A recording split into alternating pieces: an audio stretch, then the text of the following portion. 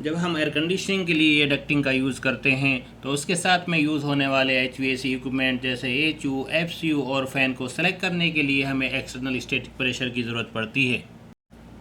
Air conditioning के लिए use होने वाली डक्ट का एक्सटर्नल स्टैटिक प्रेशर कैसे कैलकुलेट करते हैं, इस ट्यूटोरियल में मैं आपको इसका एक बहुत ही आसान और करेक्ट तरीका एक्सप्लेन करूँगा।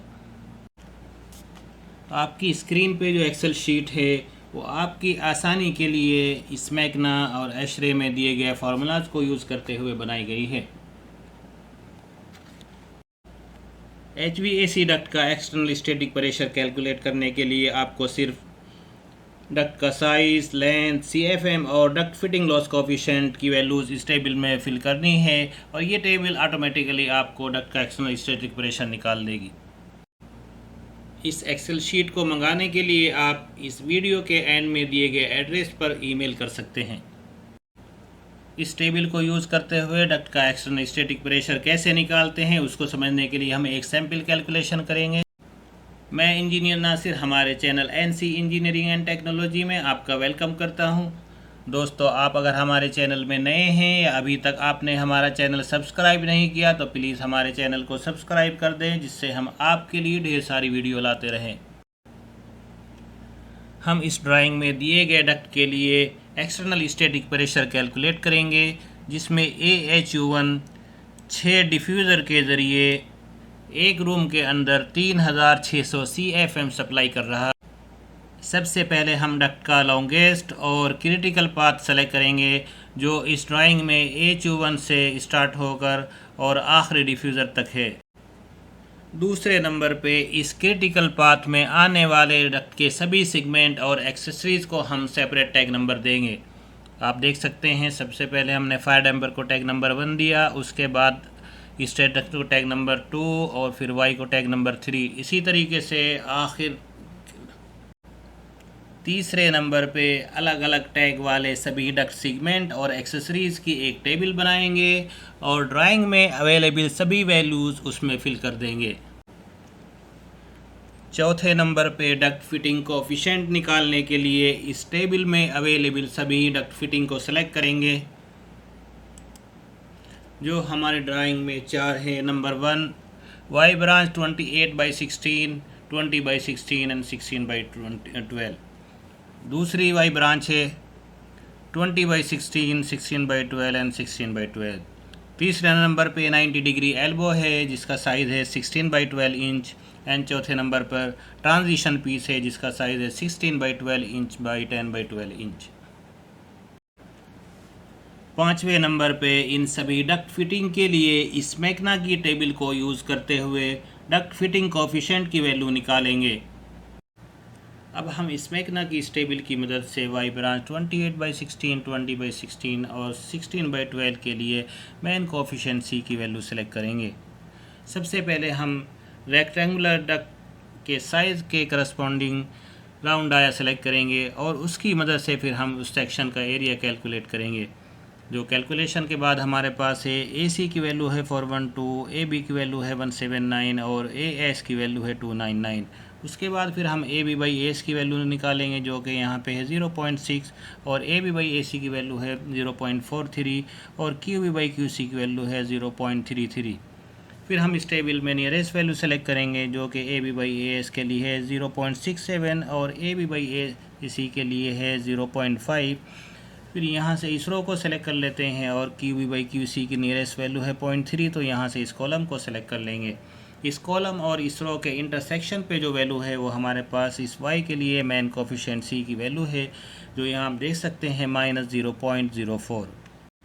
इसी तरीके से हम y 20/16, 16/12, 16/12 के लिए मेन कोफिशिएंसी की वैल्यू सेलेक्ट करेंगे। हमारे पास AB/AS की वैल्यू है 1, AB/AC की वैल्यू है 0.6 और QB/QC की वैल्यू है 0.5। तो पहले कॉलम में जाएंगे, यहाँ आप देख सकते हैं हमारे पास 1 वैल्यू 2 जगह पे है। उसके बाद AB/AC की नियरेस्ट वैल्यू सेलेक्ट करेंगे तो वो 0.5 है। यहाँ से फिर हम 1 और 0.5 वाले रो को सेलेक्ट कर लेते हैं। उसके बाद QB/QC की वैल्यू हमारे पास 0.5 है, तो यहाँ से हम 0.5 वाले कॉलम को सेलेक्ट कर लेते हैं और इस कॉलम और इस रो के इंटरसेक्शन पे जो वैल्यू है वो हमारे पास इस y की मेन कोफिशिएंसी की वैल्यू है, जो कि यहाँ पे 0.05 है। फिर हम 90 डिग्री एल्बो 16/12 इंच के लिए स्मैकना की टेबल 14-10 को यूज़ करते हुए कोफिशिएंट सी की वैल्यू सेलेक्ट करेंगे। मान लेते हैं हमारे पास जो एल्बो है वो शॉर्ट रेडियस मेन एल्बो है और h equal to 12 inch and width equal to 16 inch. तो शॉर्ट रेडियस एल्बो के लिए r इक्वल टू 1.6 इंच। यहाँ से h/w रेशो इक्वल टू 0.75 और r/w रेशो इक्वल टू 0.1। हम इस टेबल से r/w इक्वल टू 0.1 की रो को सेलेक्ट कर लेते हैं और यहाँ से h/w इक्वल टू 0.75 का नियरेस्ट वैल्यू मैक्सिमम वैल्यू ले लेते हैं, 8 को सेलेक्ट कर लेते हैं। इस रो और कॉलम के इंटरसेक्शन पे जो वैल्यू है 0.52 वो हमारे पास इस एल्बो के लिए कोफिशिएंट सी की वैल्यू है। ट्रांजिशन पीस का फ्रिक्शन लॉस कोफिशिएंट निकालने के लिए स्मैकना में 2 टेबल है, कन्वर्जिंग के लिए अलग टेबल और डाइवर्जिंग के लिए अलग। हमारे पास जो ट्रांजिशन पीस है वो कन्वर्जिंग है, उसका इनलेट साइज़ है 16/12 इंच और एरिया है 192 और आउटलेट का साइज़ है 10/12 इंच और एरिया है 120। इनलेट बाई आउटलेट की रेशो है 1.6। तो हम इस टेबल से इसकी नियरेस्ट वैल्यू सेलेक्ट कर लेते हैं जो कि 2 है और इस ट्रांजिशन पीस के लिए स्टैंडर्ड एंगल सेलेक्ट कर लेते हैं जो कि 30 डिग्री है। तो यहाँ से हम 15 to 40 एंगल सेलेक्ट कर लेते हैं और इन दोनों इस रो और कॉलम के इंटरसेक्शन पे जो वैल्यू है ये हमारे पास इस ट्रांजिशन पीस की कोफिशिएंट सी की वैल्यू है जो कि 0.05 है। इसी तरीके से डैम्पर को मान लेते हैं कि फुल्ली ओपन है और इस टेबल में आप देख सकते हैं फुल्ली ओपन के लिए एंगल इक्वल टू 0 डिग्री। तो यहाँ से फ्रिक्शन लॉस कोफिशिएंट डैम्पर के लिए है C इक्वल टू 0.04। सभी डक्ट फिटिंग और एक्सेसरीज़ के लिए फ्रिक्शन लॉस कोफिशिएंट सेलेक्ट करने के बाद जब ये वैल्यू हम इस टेबल में फिल करते हैं तो हमारे पास इस डक्ट के लिए टोटल एक्सटर्नल स्टैटिक प्रेशर की वैल्यू आ जाती है। किसी भी एयर कंडीशनिंग डक्ट का एक्सटर्नल स्टैटिक प्रेशर कैलकुलेट करने के लिए बेसिक फार्मूले होते हैं। स्टेट डक्ट का एक्सटर्नल स्टैटिक प्रेशर कैलकुलेट करने के लिए हमारे पास फार्मूला है ESP equal to straight duct length into friction loss rate. और फिटिंग का फ्रिक्शन लॉस कैलकुलेट करने के लिए हमारे पास है formula TP equal to C into VP। TP total pressure loss है और C फिटिंग का फ्रिक्शन लॉस कोफिशिएंट है और VP वेलोसिटी प्रेशर है।